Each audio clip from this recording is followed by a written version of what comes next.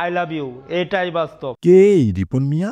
রিপন মিয়া viral হলো কিভাবে জানেন কি? চলুন কথা বলি আজ রিপন মিয়ার উত্থান পতন নিয়ে। সামাজিক যোগাযোগ মাধ্যমে এই মুহূর্তে সবচেয়ে আলোচিত নামগুলোর একটি রিপন মিয়া।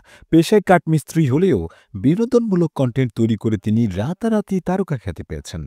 বর্তমানে তিনি উঠে এসেছেন আলোচনা সমালোচনার কেন্দ্রবিন্দুতে। ২০১৬ সালে কন্টেন্ট ক্রিয়েটর হিসেবে ফেসবুকে যাত্রা শুরু করেন রিপন মিয়া। খুব অল্প সময়ের মধ্যেই তার সহজ সরল উপস্থাপনা আর ঘরোয়া ভিডিওগুলো দর্শক প্রিয়তা লাভ করে। বিশেষ করে তার মুখে শোনা hi I am Ripon video এবং I love you hi friend, I am Ripon video, I am Netrokona.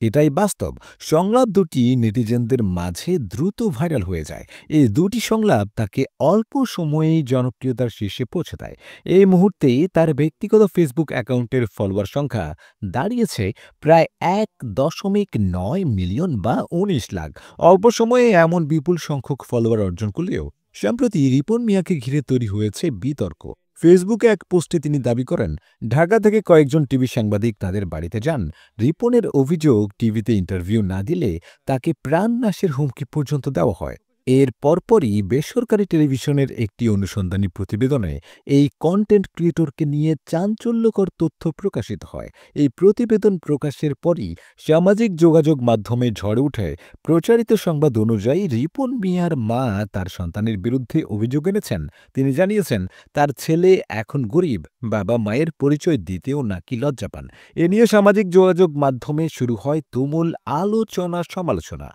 এর মধ্যে বুধবার ঢাকায় হাজির হন রিপন মিয়া। সঙ্গে ছিলেন তার মা, স্ত্রী ও ২ সন্তান। বাবা মাকে না দেখার অভিযোগের বিষয়ে রিপনের দাবি, তিনি নিজেই তাদের জন্য আধা পাকা ঘর বানাচ্ছেন। তিনি বলেন, ৩টা রুম করছি, একটায় আমি বউ বাচ্চা নিয়ে থাকব, আরেকটায় আব্বু আম্মু থাকবেন। এদিকে রিপনের মা ফাতেমা বেগমও জানালেন, প্রতিবেশীরা তাকে বলেছে রিপন লাখ লাখ টাকা ইনকাম করে, তাদের দায় কিনা। প্রতিবেশীদের প্ররোচনাতেই ভুল বোঝাবুঝির সূত্রপাত। তিনি আরো বলেন, রিপন একা নন, তার অন্য ছেলেরাও বাবা মায়ের খোঁজ খবর রাখেন।